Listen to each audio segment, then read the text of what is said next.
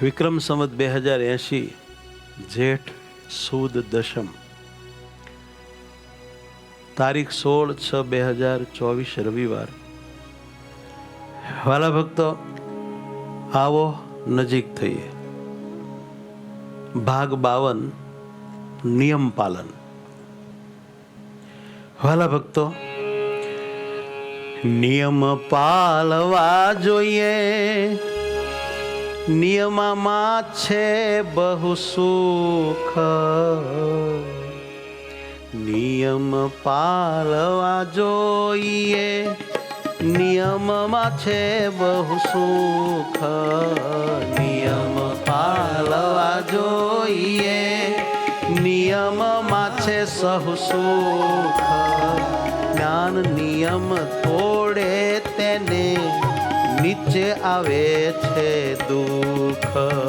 જ્ઞાન નિયમ તોડે તેને નીચે આવે છે દુઃખ.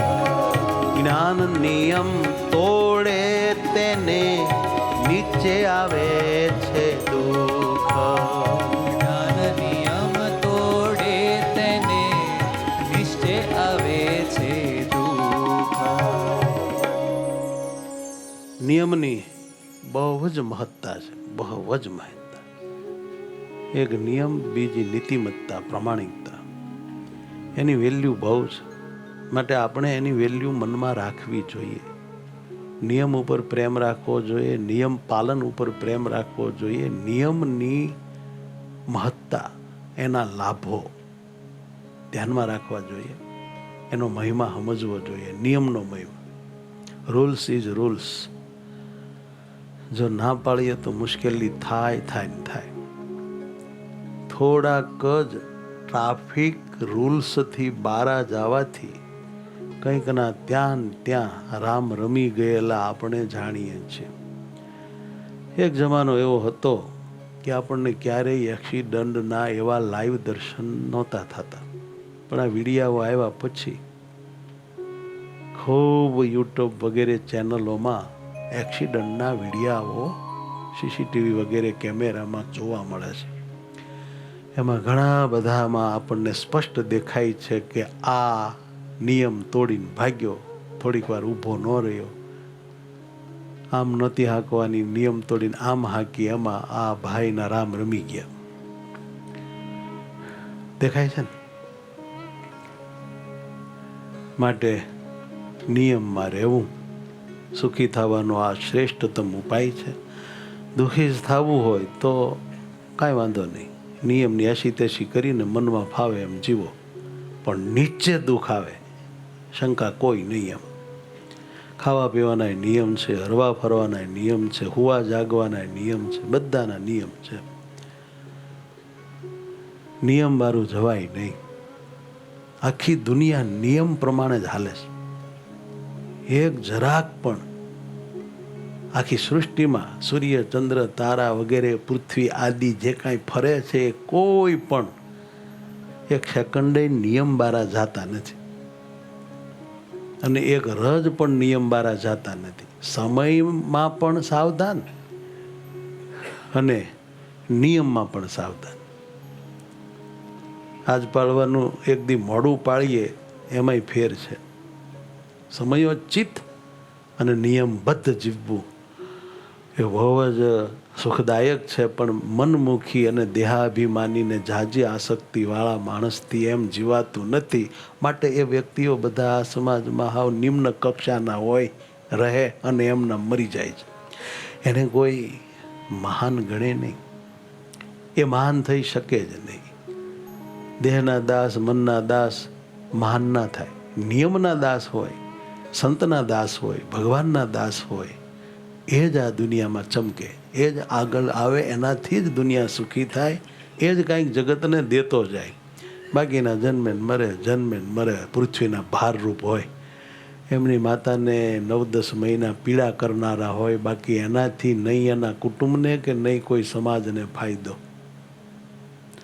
એવા હાવ મુફલી જેવા જીવન જીવીને મરી જવું એના કરતાં આવા સ્વામિનારાયણ ભગવાન મળ્યા, શિક્ષાપત્રી મળી, આવા સંતો મળ્યા, શા માટે ઉચ્ચતમ જીવન ના જીવવું? બોલો, શું કામ મુફલી જેવા રહેવું? માટે આપણે બધાએ મહારાજને રાજી કરવા માટે નિયમમાં રહેવાનું છે. જોકે તમે બધા ખૂબ કાળજીપૂર્વક બધા નિયમો પાળો છો, એટલે અમે તમારા ઉપર બહુ રાજી છીએ. પણ ક્યાંક ઢીલાશ રહેતી હોય, ક્યાંક કચાશ રહેતી હોય તો આપણે સાવધાન થવું. આ મારા બાળકો એક કંઈક બોલે, ઘણી વખત તો આપણને થાય હાલ છે, હવે કાંઈ હેલ્મેટ આજ નથી પહેરવું, હાલ છે, આજ કાંઈ આ નથી કરવું, હાલ છે. એમના મરી ગયા કેટલાય આપણે હાલશે હાલશે કરી. આ છોકરા સરસ બોલે છે. બોલો તો છોકરા, ચાલશે ચાલશે ચાલશે ચાલશે કરીને બહુ બગાડ્યું છે કામ. ચાલશે ચાલશે કરીને બહુ બગાડ્યું છે કામ. હવે સજાગ થઈ જ્ઞાન, હવે સજાગ થઈ ન દો ચાલવાના કામ, ન દો ચાલવાના કામ. હાલશે હાલશે કરીને બગાડ્યું બહુ. તો હવે સાવધાન થઈને આપણે વ્યવસ્થિત જીવન જીવવું જરૂરી છે. એક મોહન કરીને બહુ સારો માણસ હતો, બહુ નિયમ પાલનમાં માનતો હતો, જેના નિયમ પાલનના બધા જ દાખલા આપતા કે મોહન એટલે મોહન, નિયમબદ્ધ જીવન જીવનારો, જરાય મનમુખી કે ઇન્દ્રિયારામ નહીં. શાળામાં જ્યારે મોહન ભણતો ત્યારે શાળામાં અનુશાસન માટે તેને ઘણી વખત સન્માનિત પણ કરવામાં આવેલો. ખૂબ સારું અનુશાસન એનું હતું. પરંતુ જ્યારે મોહન પોતાનો અભ્યાસ પૂરો કરીને ધંધાની શોધમાં બહાર નીકળ્યો ત્યારે તેને જીવનની વાસ્તવિક સત્યતાની ખબર પડી કે દુનિયાને તો નિયમની કોઈ કદર જ નથી. એને પછી ખબર પડી. કેમ? તો કે નિયમબદ્ધ હોવાને કારણે મોહનને ઘણી નોકરીઓ ગુમાવવી પડી હતી. આ નિયમ બારું કરે નહીં, પહેલાંને નિયમ બારું કરાવવું હોય, અને આ એમ કે શેઠ આ ન થાય સાહેબ, તો કે વહેતો થા. નિયમની પૂછડી, ધર્મની પૂછડી, પ્રમાણિકતાનો દીકરો થઈને અહીં નોકરી કરવા આવ્યો, ભાગ. શેઠ ખોટું કરાવે, નિયમ બારું કરાવે, આને ફાવે નહીં એટલે એને નોકરીમાં છૂટો કરી દે. કોઈ ડૉક્ટરને ત્યાં નોકરી કોઈ સજ્જન માણસ કરતો હોય, ખોટા ઓપરેશન કરે, પેલો કે સાહેબ આવા પૈસા લૂંટાય નહીં, તો વહેતો થઈ જાય નહીં. આવું થાય. નિયમ બારા બિલ બનાવે. એક સમયે જે નિયમ પાલન માટે સ્કૂલમાં સન્માનિત હતો, એનું સન્માન થતું હતું, એ જ નિયમ પાલન આજે તેના માટે મુસીબતનું કારણ બની ગયું હતું. તો શું નિયમ મૂકી દેવા ભાઈ? ના હો. છેવટે મોહન ડ્રાઈવર તરીકે કામ કરતો હતો. ન્યાય તકલીફ પડી. બોલો, નોકરીના 1 મહિના પછી તેના બોસે નવા ડ્રાઈવરની શોધ શરૂ કરી. શું કામ ભાઈ? એનું કારણ પણ મોહનની નિયમ પાલનતા હતી. કેમ? તો કે મોહન સિગ્નલ પર લાલ લાઇટ હોય ત્યારે વાહન રોકતો હતો, જેના કારણે એના બોસ ઘણી વખત મિટિંગમાં મોડા પડતા. મોહન સમજતો હતો કે જો સમયસર મિટિંગમાં પહોંચવું હોય તો શેઠશ્રીએ વહેલા ઘેરેથી નીકળવું જોઈએ બોસને. પણ માલિક સાથે કોણ લડે? એને બતાવાય નહીં. મોહનની નોકરી ફરી એકવાર જોખમમાં આવી ગઈ હતી. પણ મોહનને એનો અફસોસ નહોતો. એ નિયમનો મહિમા સમજતો હતો. નિયમમાં રહેવાથી સુખી થવાય છે, સન્માનિત થવાય છે, આગળ જવાય છે, કલ્યાણ થાય છે, એવું એને બેહી ગયેલું મગજમાં. ઘણાના મગજમાં હોતું જ નથી. નોકરીના છેલ્લા દિવસો ચાલી રહ્યા હતા. એક દિવસ મોહન તેના બોસ સાથે મિટિંગ માટે બહાર ગયો. રોડ પર 4 રસ્તા પરના સિગ્નલ પર લાલ લાઇટ આવતા જ મોહને કાર રોકી દીધી. મોહનના બોસે ઘડિયાળ તરફ જોઈને મોહનને હુકમ કર્યો, મોહન, મને મિટિંગમાં મોડું થશે, કાર ચલાવ. મોહન કહે, શેઠ, હજુ પણ લાલ લાઇટ છે. લાલ લાઇટ હોય તો શું થયું? મોહનના માલિકે એટલું કહ્યું. ત્યાં જ મોહનની ગાડીની બાજુમાંથી એક બીજી ગાડી, કાર, લાલ લાઇટની આર પાર ગઈ અને બાજુમાંથી આવી રહેલી એક ટ્રક સાથે ધડાંગ લઈને અથડાઈ ગઈ અને એના બધાના ડૂસા નીકળી ગયા. બેઠા હતા એ બધાના. જો મોહને શેઠના હુકમથી કાર ચલાવી હોત તો તેની કારની પણ તે ટ્રકની હડફેટે આવી જ દશા થઈ ગઈ હોત અને મોહનને એનો શેઠ બે ઉપર વી ગયા હોત.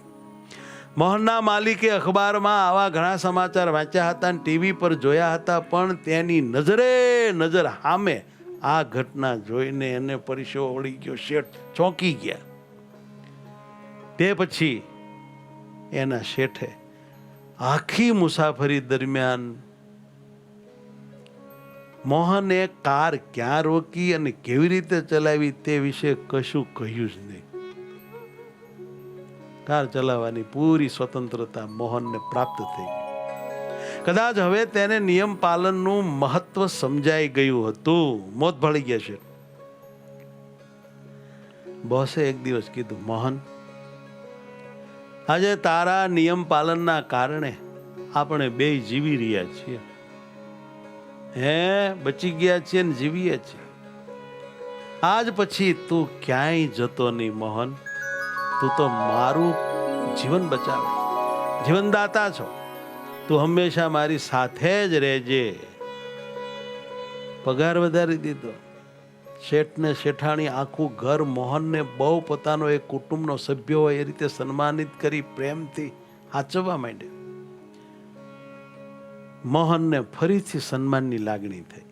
આ પહેલા મોહને માત્ર શાળામાં જ આ સન્માનની લાગણી અનુભવી હતી, પણ જીવનમાં ક્યાંય અનુભવી નહોતી.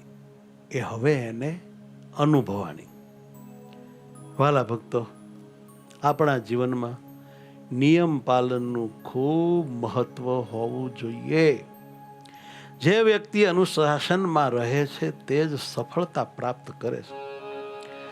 અનુશાસનમાં રહે છે સફળતા પામે એ જ. અનુશાસનમાં રહે છે સફળતા પામે એ જ. અનુશાસનમાં રહે છે સફળતા પામે એ જ. અનુશાસનમાં રહે છે સફળતા પામે એ જ.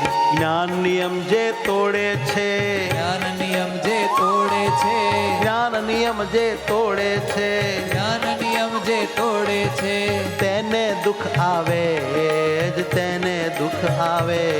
હા તેને દુઃખ આવે જ, તેને દુઃખ આવે જ.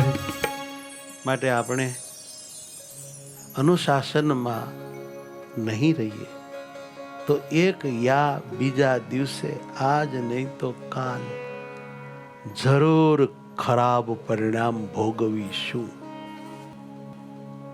No doubt. આ જિંદગી ખોટી દિશામાં જાય તે પહેલા આપણે સુમેળમાં રહીને આપણા જીવનને સાચી દિશા આપવી જોઈએ. સાચી દિશા. જય સ્વામિનારાયણ.